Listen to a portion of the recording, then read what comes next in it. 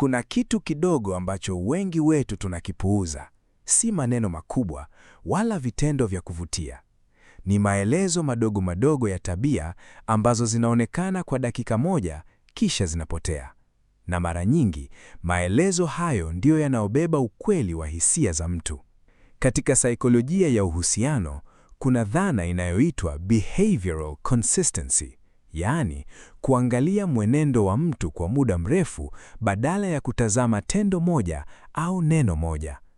Mwanamke anayekupenda kwa dhati, si ile kupenda kwa saa moja, bali kupenda kwa undani. Mara nyingi anajionyesha kupitia njia ambazo hazihitaji kutangazwa, na hilo ni jambo la kuvutia kisaikolojia. Fikiria hivi, umewahi kuwa na mazungumzo magumu, mazungumzo ambayo yalikuumiza kidogo, na baadaye ukagundua kwamba mtu fulani alikumbuka kila undani wa kile ulichosema. Hakukuandikia orodha, hakusema nilikuandikia kumbukumbu, lakini alikumbuka. Utafiti kutoka kwa wanasaikolojia kama John Gottman unaonyesha kwamba watu wanaopenda kwa dhati mara nyingi huunda love maps, ramani za kihisia za maisha ya mtu anayemjali. Wanasikiliza kwa makini ya kipekee, si kwa sababu wanajaribu, bali kwa sababu mtu huyo ana maana kwao. Hivyo dalili ya kwanza si tofauti na hii. Anakukumbuka katika mambo madogo. Si birthday yako tu, ni kukumbuka kwamba unapenda chai bila sukari. Ni kukumbuka jina la daktari wako uliyemtaja mara moja wiki 2 zilizopita. Kumbukumbu kama hiyo si bahati, ni umakini wa hisia. Lakini kuna mambo ya kuzingatia hapa. Si kila mtu anaonyesha upendo kwa njia moja.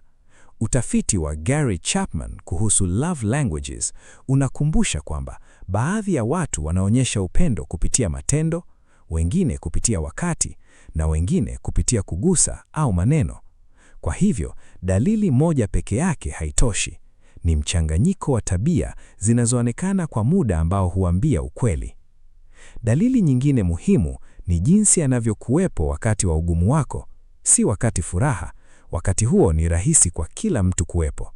Lakini anakuwepo vipi unapopitia wakati mgumu? Anakimbia, anakaa kimya, au anakaribia? Watu wanaopenda kwa dhati mara nyingi huonyesha kile kinachojulikana kama proximity seeking behavior wakati wa mkaso, tabia inayotokana na nadharia ya attachment theory ya John Bowlby. Badala ya kujiepusha na maumivu yako, wanaingia ndani yake nawe. Kuna dalili nyingine ambayo inagusa eneo la kisaikolojia la kina zaidi. Anakuruhusu kumwona akiwa dhaifu. Na hii si jambo dogo. Utafiti wa Brené Brown kuhusu uwazi wa kihisia unaonyesha kwamba watu wengi wanajilinda kwa kufunika udhaifu wao, hasa mbele ya watu ambao maoni yao yana uzito. Kwa hivyo, mwanamke anayekuonyesha wasiwasi wake, machozi yake, au wasiwasi wa ndani, anakuambia kitu bila maneno, na kuamini kwa kiasi kinachofanya niwe halisi nawe. Hii ni tofauti na kujifanya dhaifu kwa makusudi ili kupata huruma.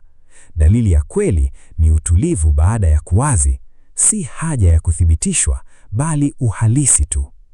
Katika mazingira mengi ya kiutamaduni, na Tanzania sio tofauti, wanawake wamefunzwa kuhifadhi hisia zao. Mfumo wa kijamii mara nyingi umeweka mzigo wa kudhibiti hisia kwa wanawake. Kwa hivyo, wakati mwanamke anayekuwa katika mazingira kama hayo anachagua kuonyesha hisia zako kwako, hilo ni jambo linalohitaji ujasiri wa aina ya pekee. Usipuuze. Dalili nyingine inayoonekana mara nyingi ni jinsi anavyotetea muda wenu pamoja. Si kwa wivu au udhibiti, hizi ni tabia tofauti kabisa, bali kwa kuheshimu muda ule. Anasimama saa yake kwa ajili yako, anazima simu wakati wa mazungumzo yenu, anaepuka usumbufu usio na lazima wakati uko karibu naye. Muda ni rasilimali ambayo haiwezi kurudishwa, na mtu anayekupa muda wake bila kulazimishwa anakuambia kitu. Pengine dalili inayopuuzika zaidi ni jinsi anavyozungumza nawe mbele ya watu. Si kukuimba sifa, bali kukuzungumzia kwa heshima, kukutetea pale anapohitajika, kukujumuisha katika mazungumzo badala ya kukufanya usionekane. Wataalamu wa saikolojia ya kijamii wanasema kwamba jinsi mtu anavyozungumza nawe wengine hasa pale usipokuwepo, ni kioo ndani zaidi ya hisia zake. Na mwisho, anakuuliza maswali ambayo yanakusukuma ukue.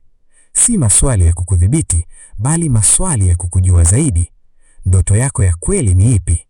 Unafikiri nini kuhusu hilo? Upendo wa dhati kwa njia yake ya asili ni maanisha kutaka mtu awe tofauti zaidi alivyokuwa. Si kubadilika, bali kukua. Hilo si jambo la kawaida. Unapopitia orodha hii kama unavyoiweza kuiita, kumbuka kwamba hazimaanishi maneno mazuri au vitendo vya mchezo. Zinamaanisha mwenendo wa siku nyingi, wa hali tofauti, wa wakati tofauti. Mtu mmoja anaweza kuonyesha dalili moja au mbili bila kupenda kwa dhati, lakini mkusanyiko wa tabia hizi ukionekana kwa uthabiti unasema ukweli. Na kama utaziona dalili hizi kwa mtu maishani mwako, shikilia. Si kwa hofu ya kupoteza, bali kwa kuthamini kile ulichonacho. Kama video hii ilikufikisha mahali popote, shiriki na mtu ambaye nadhani angehitaji kuisikia, na tunaendelea na mazungumzo haya.